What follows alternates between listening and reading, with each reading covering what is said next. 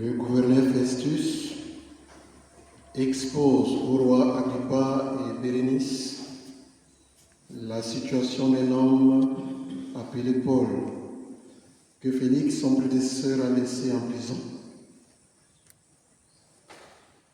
Lors du tribunal, le gouverneur Festus n'a rien trouvé de grave qui aurait nécessité l'inculpation de Paul. Il veut donc remettre Paul aux autorités juives de Jérusalem pour qu'il soit jugé selon la foi à la résurrection qu'il professe et pour laquelle il est prêt à donner sa vie, une fois que ses contradicteurs contestent. Paul refuse donc d'aller à Jérusalem devant le même Sanhédrin qui a livré son maître.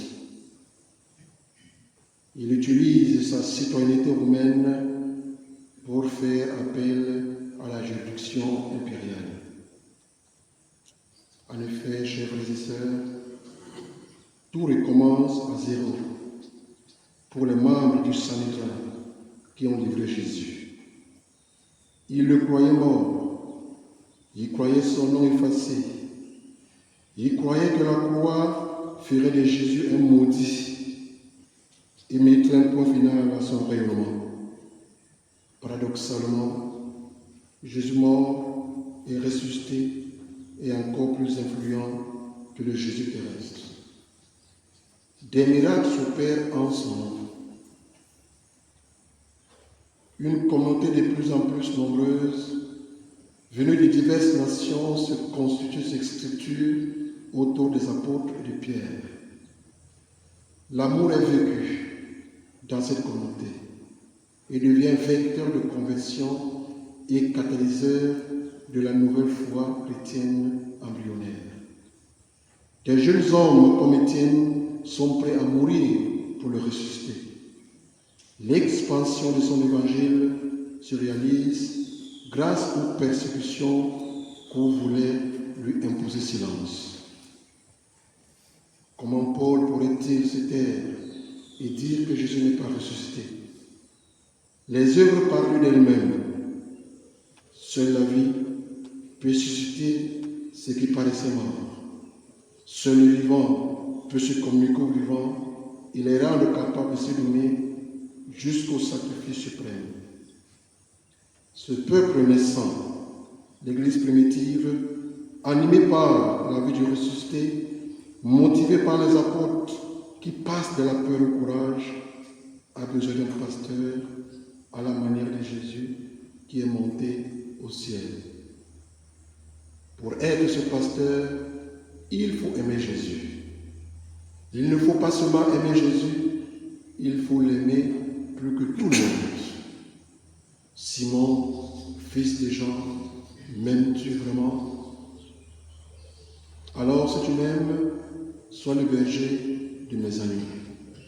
Une deuxième fois, puis une troisième fois, et Pierre est déjà agacé. Jésus lui apprend que l'amour dont il parle doit partir des lèvres pour atteindre les profondeurs de l'âme, afin de lui disposer à donner et à se donner jusqu'au bout. Il faut que cet amour aide Pierre à supporter quand il lui arrivera qu'on l'amène où il ne veut pas aller, c'est-à-dire à la mort sanglante. Seigneur, tu sais tout, tu sais bien que je t'aime. Seigneur Jésus, tu nous apprends que pour être pasteur de tes brebis, il faut aimer l'Église, dont tu es la tête. Il faut non seulement aimer l'Église, mais être prêt à mourir pour elle. Hier encore, entre nos formateurs à table, nous parlions de l'amour pour l'Église.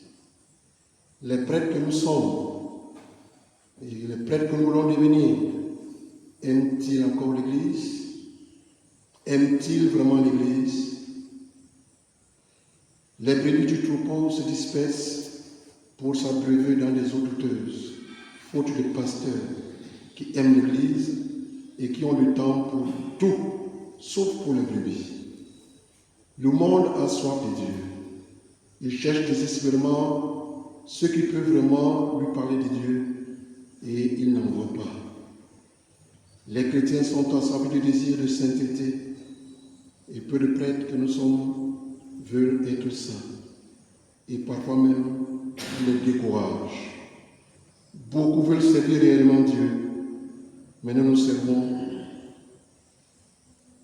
en les détournant de Dieu pour les tourner à nous-mêmes. Viens, Esprit Saint, ravive la flamme d'amour dans les prêtres que tu as consacrés. Allume à nous l'amour pour le ressusciter jusqu'au don total de nous-mêmes. Suscite toi-même dans ton Église des pasteurs qui aiment l'Église et qui t'aiment. Guéris notre tiédeur et ranime en nous l'amour de Dieu et de l'Église.